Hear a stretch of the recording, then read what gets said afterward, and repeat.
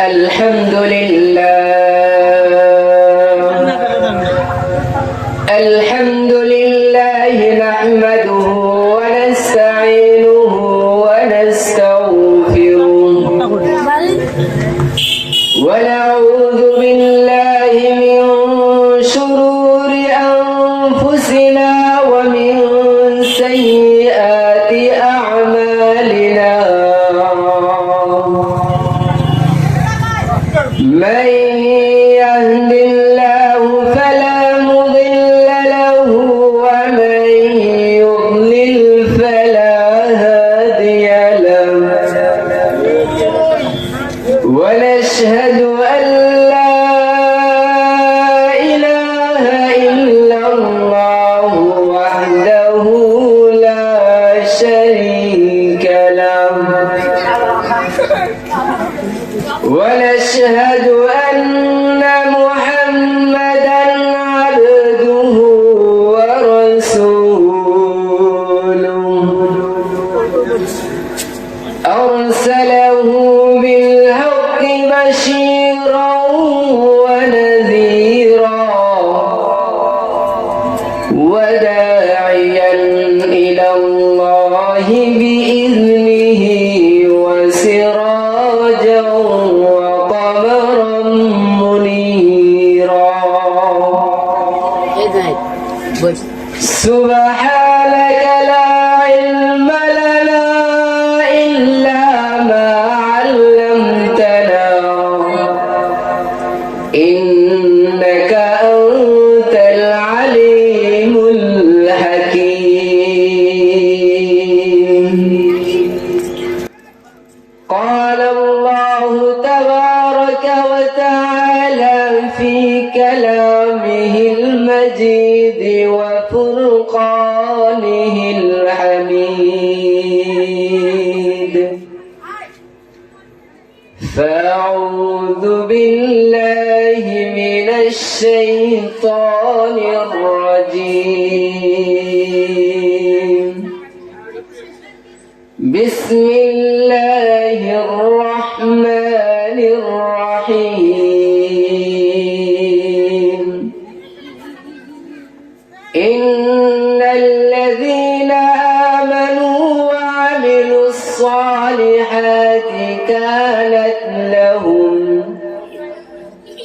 وعملوا الصالحات كانت لهم جنات الفردوس نزلا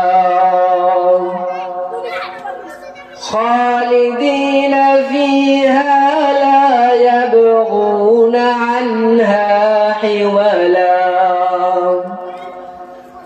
عن أنس رضي الله تعالى عنه قال رسول الله صلى الله عليه وسلم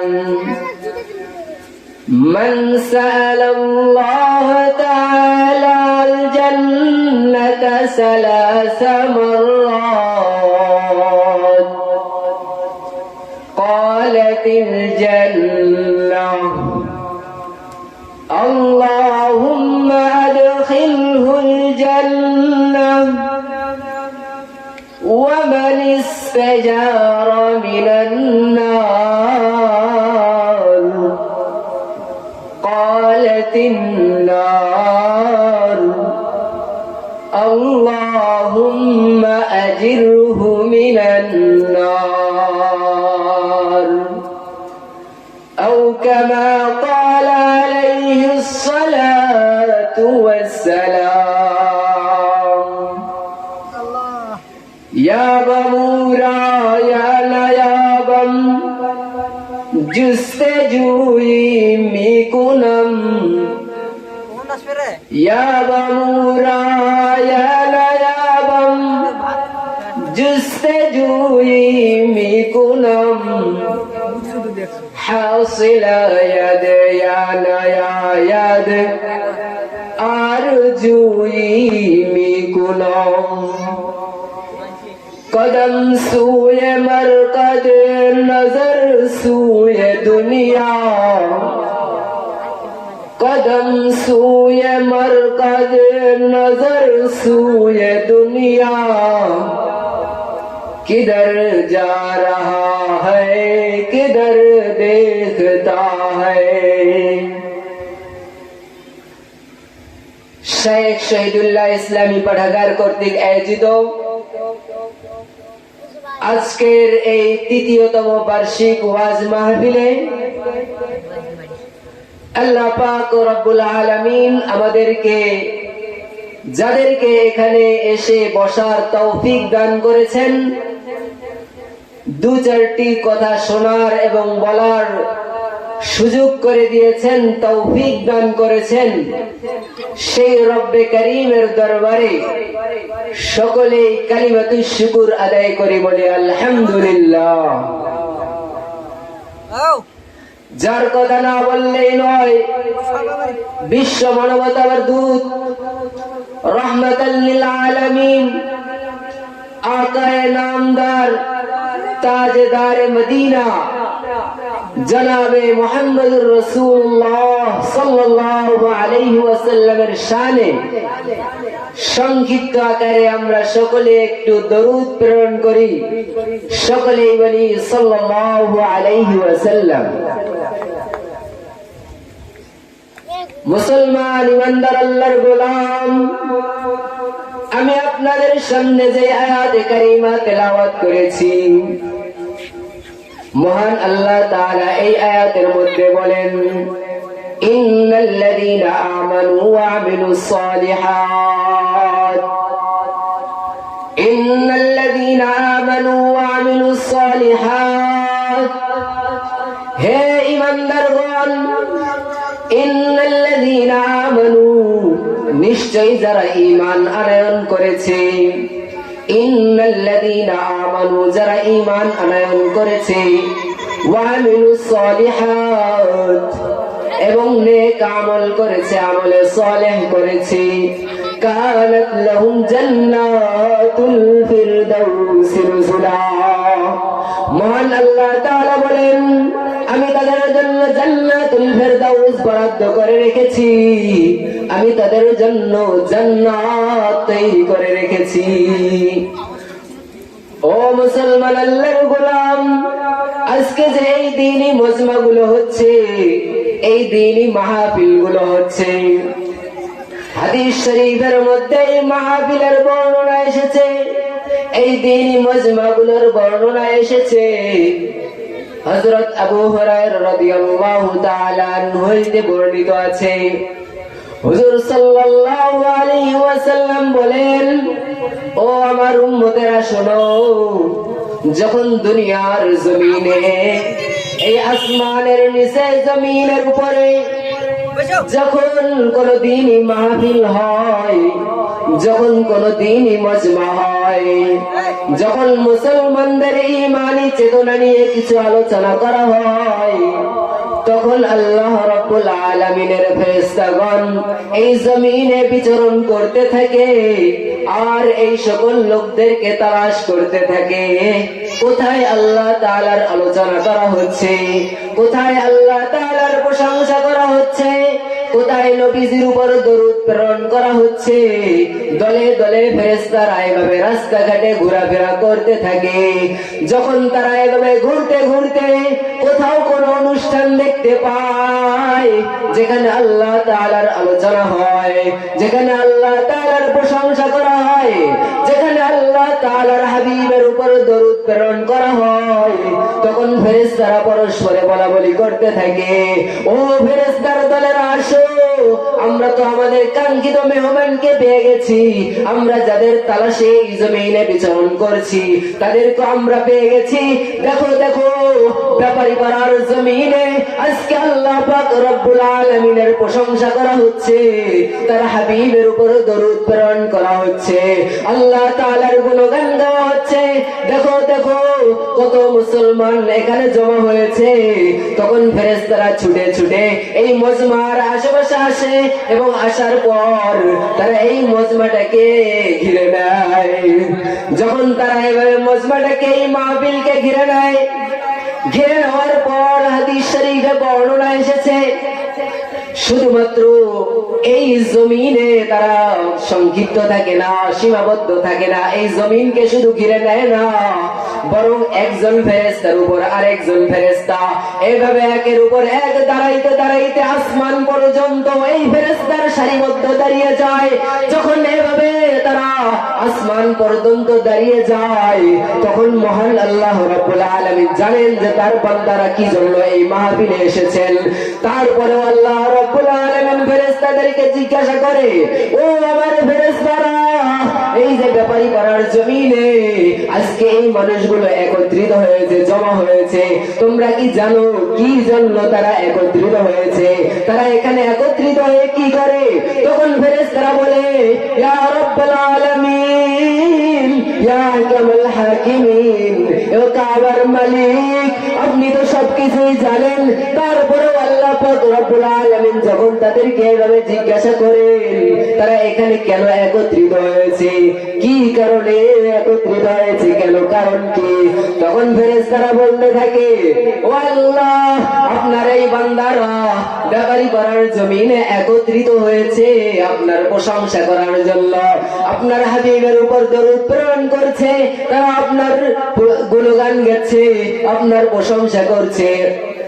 তখন আল্লাহ পাক রব্বুল আলামিন বলেন, ও ফেরেশতারা, তারা যে আমার প্রশংসা করছে, তারা যে আমার গুণগান গাচ্ছে, তারা কি আমাকে কখনো দেখেছে? তখন ফেরেশতারা বলে, না না, তারা তো আপনাকে দেখে নাই, তারপরও আপনার প্রশংসা করছে। তখন আল্লাহ পাক রব্বুল আলামিন বলেন, ও ফেরেশতারা, তারা যদি আমাকে দেখতো তাহলে তারা কি করত? তখন ফেরেশতারা বলে, আল্লাহ, যদি তারা আপনাকে দেখতো, এখন যেই পরিমাণে আপনার প্রশংসা করছে, আপনার গুণগান গাইছে, এর থেকে আরো বেশি প্রশংসা করত। তখন আল্লাহ পাক রব্বুল আলামিন জানার পরেও আবার প্রশ্ন করেন, ও আমার ফেরেশতারা, তারা এখানে কেন একত্রিত হয়েছে, তারা কি চায়? তখন আল্লাহ পাক রব্বুল আলামিনের জবাবে ফেরেশতারা বলেন, ইয়া রাব্বুল আলামিন, তারা আপনার কাছে জান্নাত চায়।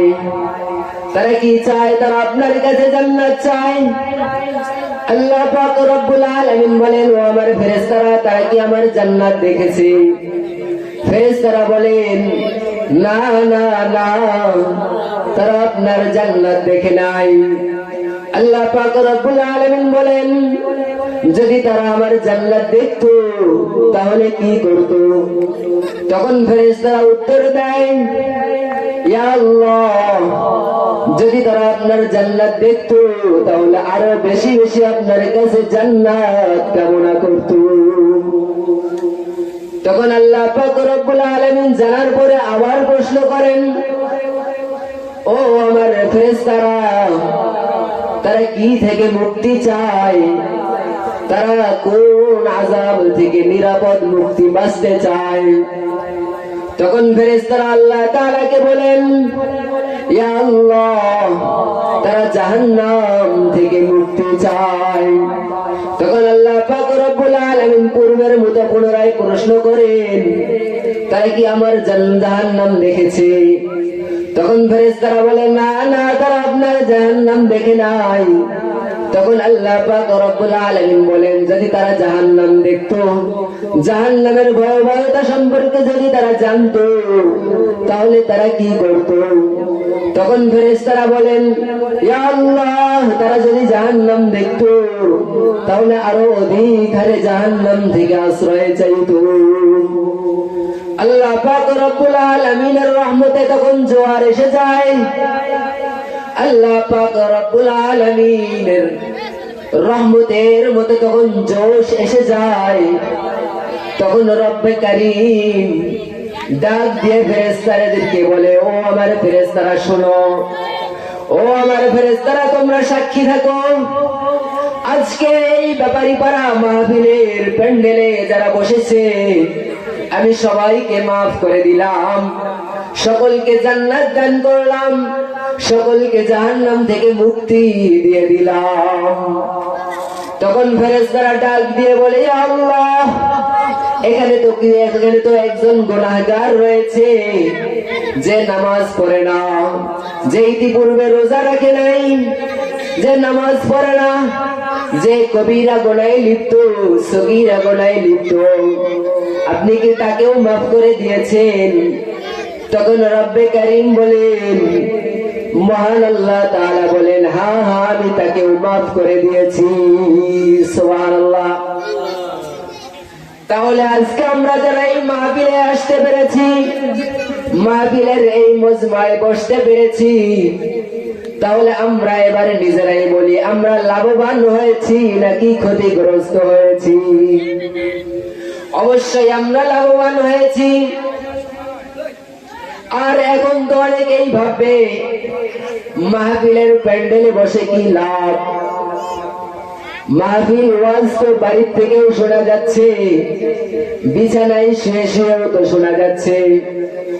আমি ওই সকল মুসলমান ভাইদেরকে বলবো, আপনি যদি আল্লাহর রসুলকে বিশ্বাস করেন, আপনি যদি আল্লাহর রসুলের হাদিসকে বিশ্বাস করেন, তাহলে আল্লাহর রসুল যে হাদিসের মধ্যে বলেছেন যে আল্লাহ পাক রব্বুল আলামিন সকলকে মাফ করে দেন, এখানে গুনাহগার থাকলেও গুনাহগারকেও মাফ করে দেওয়া হয়। যদি আপনার এই হাদিস বিশ্বাস হয়ে থাকে, তাহলে কি আমরা বাড়িতে বসে থাকলে, বিছানায় শুয়ে থাকলে এই হাদিসের যে লাভ, এই হাদিসের যে উপকারিতা, এটা কি আমরা অর্জন করতে পারবো? না না না, কখনোই পারবো না। কারণ এই হাদিস তো বর্ণনা করা হয়েছে ওই সকল লোকদের শানে, ওই সকল লোকদের ব্যাপারে যারা এই দ্বীনি মাহফিলে আসবে, দ্বীনের কথাগুলো মনোযোগ দিয়ে শুনবে, আমলের নিয়তে শুনবে, তাদের জন্যই তো এই হাদিস বর্ণনা করা হয়েছে। তাই আমি সকল মুসলমান ভাইদেরকে বলবো, ও আমার মুসলমান ভাইরা, ও কলজার টুকরা যুবক ভাইরা, ও বৃদ্ধ বাবাজিরা, চাচারা, আমরা যারা এখনো বাড়িতে বসে আছি, আমরা যারা এখনো এদিক সেদিক ঘোরাফেরা করছি, আমরা সকলেই মাহফিলে এসে বসে যাই। মুসলমান ইমানদার আল্লাহর গোলাম, আমরা যে এই জান্নাতের আলোচনা শুনলাম, আসলে এই জান্নাত সম্পর্কে আমাদের কতটুকু ধারণা? এই জান্নাত সম্পর্কে যখন আমাদের ধারণা থাকবে, এর গুরুত্ব আর মহত্ব যখন আমাদের মাঝে থাকবে, তখন তো আমরা তখনই না জান্নাতে যাওয়ার আশা করব। আল্লাহ পাক রব্বুল আলামিন বলেন, আমার বান্দাদের মধ্যে যাকে আমি সর্বনিম্ন জান্নাত দান করব, এই জান্নাতটা হবে এই পৃথিবীর মতো 10টি পৃথিবীর সমান।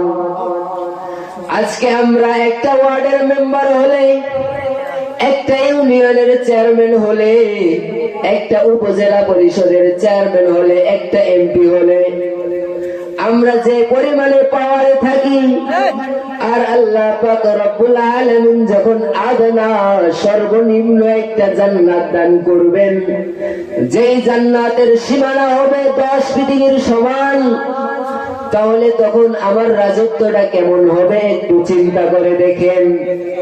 এটা হলো সর্বনিম্ন জান্নাত, এটা হলো সর্বনিম্ন জান্নাত। আর যাকে সর্বোচ্চ জান্নাত দেওয়া হবে, এই সর্বনিম্ন জান্নাত থেকে আমরা অনুমান করতে পারি তার জান্নাতটা কত বড় হবে। আর জান্নাতটা কেমন হবে? হাদিস শরীফে বর্ণনা এসেছে, রাসূলুল্লাহ সাল্লাল্লাহু আলাইহি ওয়াসাল্লাম বলেন, জান্নাতের একটি ইট হবে স্বর্ণের, আরেকটি ইট হবে রূপার। ওই দুই ইটের মাঝে যে মশলা দেওয়া হবে, যে মিশ্রণ দেওয়া হবে, তা হবে মিশকের। আর জান্নাতের যে মেজে থাকবে, এই মেজে হবে হীরা মণি মুক্তা জওহর খচিত। তাহলে একটু আমরা কল্পনা করি এই জান্নাতটা কি পরিমাণ সৌন্দর্য হবে, আর এই জান্নাতের সীমানাটা কত বড় হবে। হাদিস শরীফে রাসূলুল্লাহ সাল্লাল্লাহু আলাইহি ওয়াসাল্লাম বলেন, জান্নাতের মধ্যে একটা গাছ থাকবে, যেই গাছের ছায়ার মধ্যে একটা অশ্বরোহী ঘোড়া যদি 70 বছর অতিবাহিত করে, অতিক্রম করে, ওই জান্নাতের গাছের ছায়া অতিক্রম করতে পারবে না। তাহলে যেই জান্নাতের গাছের ছায়া এত দীর্ঘ হবে, সেই জান্নাতটা কেমন হবে? হাদিস শরীফে রাসূলুল্লাহ সাল্লাল্লাহু আলাইহি ওয়াসাল্লাম বলেন, এই জান্নাতের মধ্যে আমার উম্মতদেরকে যে খাবার দেওয়া হবে, এই জান্নাতের মধ্যে 3 শ্রেণীর লোক থাকবে। একজন হলো সাধারণ জান্নাতি, আরেক শ্রেণী হবে ভিআইপি জান্নাতি, আরেক শ্রেণী হবে ভিভিআইপি জান্নাতি। সাধারণ জান্নাতীকে যখন খাবার পরিবেশন করা হবে, খাবার এত সুস্বাদু হবে, খাইতে খাইতে সে তার পাত্র সহ খেয়ে ফেলবে। আর জান্নাতের দ্বিতীয় শ্রেণী যারা ভিআইপি পার্সন হবে, তাদেরকে যেই জান্নাতের মধ্যে যখন খাবার দেওয়া হবে, তারা নিজে খাইতে হবে না, বরং হুরেরা তাদেরকে খাওয়াই দিবে। এটা হলো ভিআইপি পার্সন জান্নাতি। আর তৃতীয় শ্রেণী হলো ভিভিআইপি, যাদেরকে মহান আল্লাহ পাক রব্বুল আলামিন নিজেই পান করাবেন। পবিত্র কালামুল্লাহ শরীফের মধ্যে ভিআইপি পার্সন আর ভিভিআইপি পার্সনের ব্যাপারে মহান আল্লাহ তাআলা বলেন, আমার ভিআইপি বান্দাদেরকে আমি পান করাই, আমি আমার ভিআইপি বান্দাদেরকে হুরেরা পান করাবে। মহান আল্লাহ তাআলা পবিত্র কালামুল্লাহ শরীফে বলেন, ইসকাউনা মির রাহিকিম মাখতুম খিতামুহু মিস্ক। আমার জান্নাতি বান্দাদেরকে এমন শরাব পান করানো হবে, ভিআইপি পার্সন জান্নাতীদেরকে এমন শরাব পান করানো হবে, যেই শরাব হুরেরা পান করিয়ে দিবে। আর ভিভিআইপি পার্সন জান্নাতীদের ব্যাপারে মহান আল্লাহ তাআলা বলেন, ওয়াসাকাহুম রাব্বুহুম শারাবান তাহুরা, ওয়াসাকাহুম রাব্বুহুম শারাবান তাহুরা। ভিভিআইপি পার্সন যারা জান্নাতি হবে, তাদেরকে রব্বে কারীম নিজেই শারাবান তাহুরা, পবিত্র শরবত পান করাই দিবেন। মুসলমান ইমানদার আল্লাহর গোলাম, এই জান্নাতের মধ্যে প্রতিটি মানুষকে যুবক হিসেবে জান্নাতের মধ্যে উপস্থিত করা হবে। প্রত্যেক পুরুষকে যুবক হিসেবে উপস্থিত করা হবে এবং প্রত্যেক নারীকে যুবতী হিসেবে উপস্থিত করা হবে।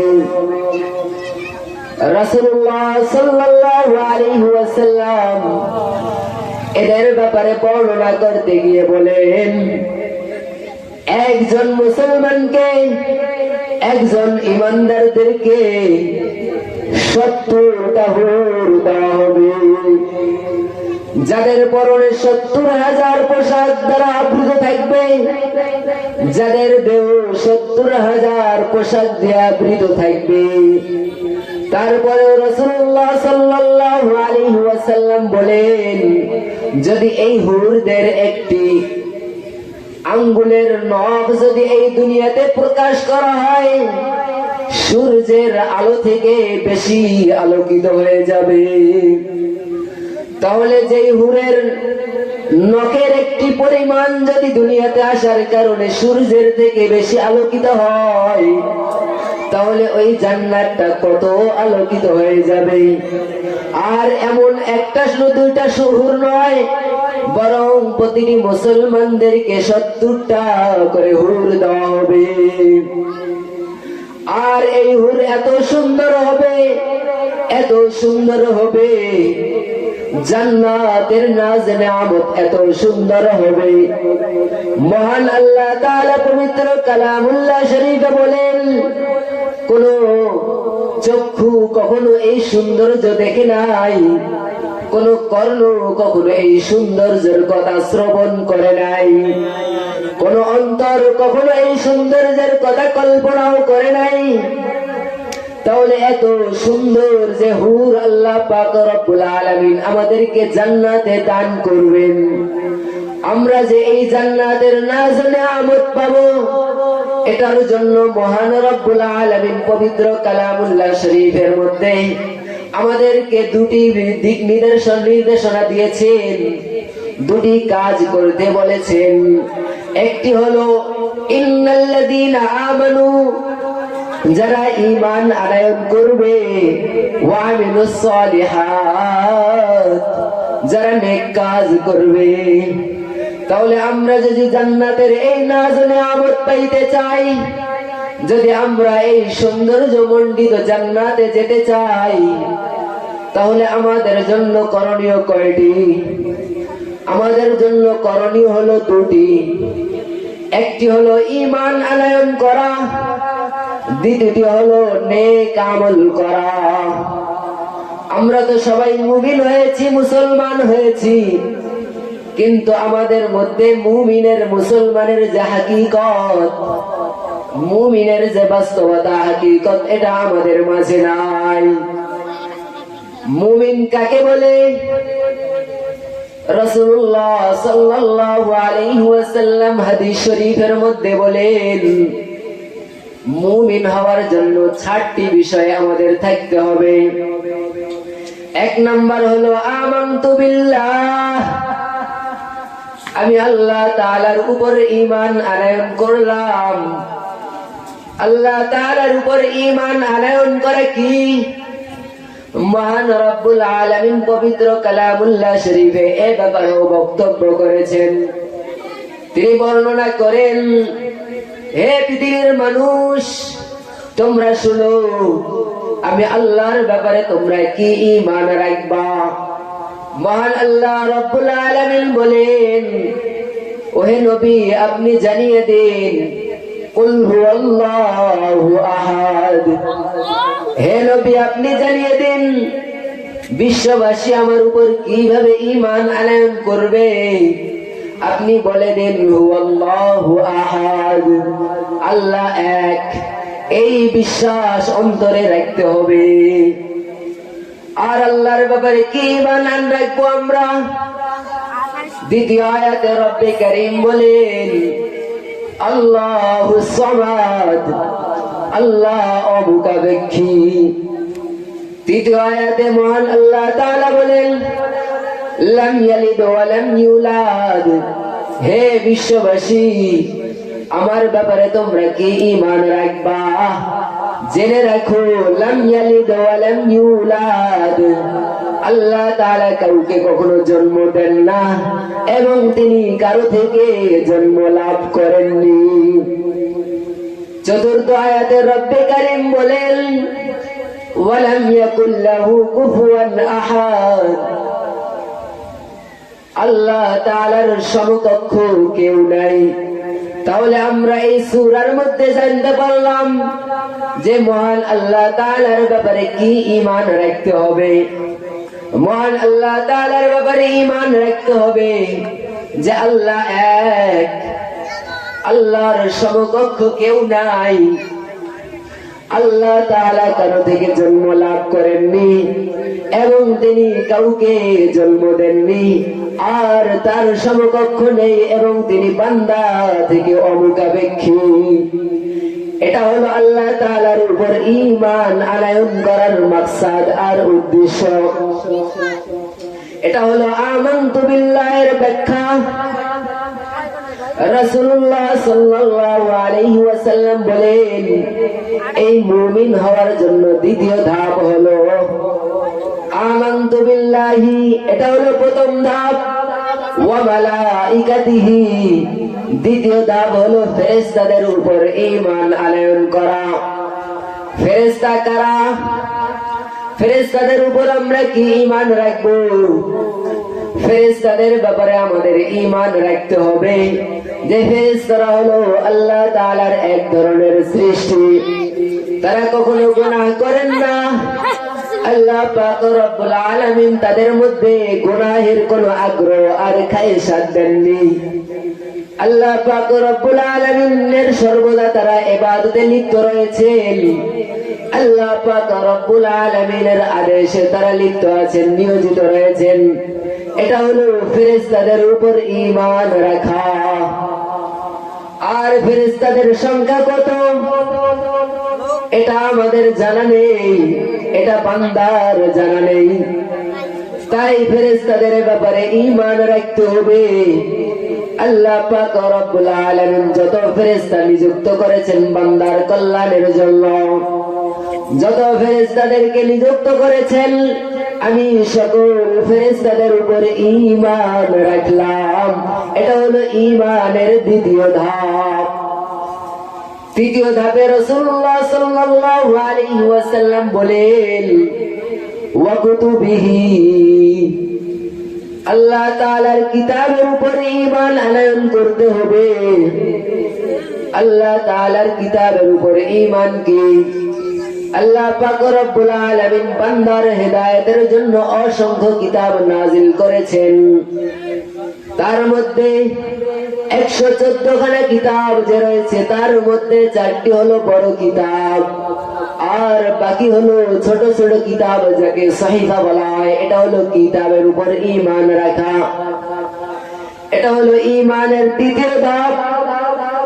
চতুর্থ ধাপে মহান রব্বুল আলামিন বলেন, ওয়া রুসুলিহি, আল্লাহ পাক রব্বুল আলামিন বান্দার হেদায়েতের জন্য, বিশ্ববাসীর হেদায়েতের জন্য যে সকল নবী রাসূল প্রেরণ করেছেন, যে সকল পয়গম্বর প্রেরণ করেছেন, তাদের উপর ঈমান রাখা। এটা হলো ঈমানের চতুর্থ ধাপ। পঞ্চম ধাপে রাসূলুল্লাহ সাল্লাল্লাহু আলাইহি ওয়াসাল্লাম বলেন, ওয়াল ইয়াউমিল আখির, আখিরাত দিবসের উপরে ঈমান আনয়ন করা। তারপরে রাসূলুল্লাহ সাল্লাল্লাহু আলাইহি ওয়াসাল্লাম বলেন, ওয়াল কদরি খায়রিহি ওয়া শাররিহি মিনাল্লাহি তাআলা, তাকদীরের ভালো মন্দের উপরে ঈমান আনয়ন করা। সপ্তম নম্বরে রাসূলুল্লাহ সাল্লাল্লাহু আলাইহি ওয়াসাল্লাম বলেন, ওয়াল বা'সি বা'দাল মাউত, পুনরুত্থানের উপর ঈমান রাখা। যখন আমরা এই 7টি বিষয়ের উপর ঈমান আনয়ন করব, তখন আমরা মুমিন হিসেবে পরিগণিত হব, তখন আমরা মুমিন হতে পারবো। আর জান্নাত যাওয়ার জন্য দ্বিতীয় যে কাজ, সেটা হলো আমলে সালেহ, নেক কাজ করা। আর এই নেক কাজের ফিরিস্তি, নেক কাজের কোনো হিসাব নেই, অসংখ্য নেক কাজ রয়েছে। তার মধ্যে আমাদের উপর যে সকল বিধিবিধান আল্লাহ তাআলার আদেশ নিষেধ রয়েছে, এগুলো হলো সবচেয়ে বড় নেক কাজ। যেমন নামাজ কায়েম করা, রোজা রাখা, হজ করা, যাকাত করা ইত্যাদি। যখন আমরা এই সকল বিষয় মানতে পারবো, তখন আমরা মুমিন হওয়ার পরে যখন আমরা এই সকল বিষয় মানব, তখন আমাদের আমল সালেহ হয়ে যাবে। আর যখন আমাদের আমল সালেহ হবে, তখন আল্লাহ রাব্বুল আলামিনের বক্তব্য অনুযায়ী আমাদের মধ্যে দুটি গুণ পাওয়া যাবে। একটি হলো ইন্নাল্লাযীনা আমানু, ঈমানের গুণ। দ্বিতীয়টি হলো ওয়ামিলুস সালিহাত, আমলে সালেহ তথা নেক কাজের গুণ। তখন আল্লাহ রাব্বুল আলামিন বলেন, ও আমার বান্দারা শুনো, যখন তোমাদের মধ্যে এই দুটি গুণ পাওয়া যাবে, তখন আল্লাহ রাব্বুল আলামিন বলেন, কানাত লাহুম জান্নাতুল ফিরদাউসি নুজুলা, তার জন্য জান্নাতুল ফিরদাউস রয়েছে। তাহলে আল্লাহ পাক রব্বুল আলামিন আমাদেরকে এই জান্নাতে যাওয়ার জন্য যে দুটি বিষয় রয়েছে, যে দুটি করণীয় রয়েছে, এই দুটি করণীয় আমাদের সকলকে পালন করার তৌফিক দান করুক। সকলে বলি আল্লাহুম্মা আমিন।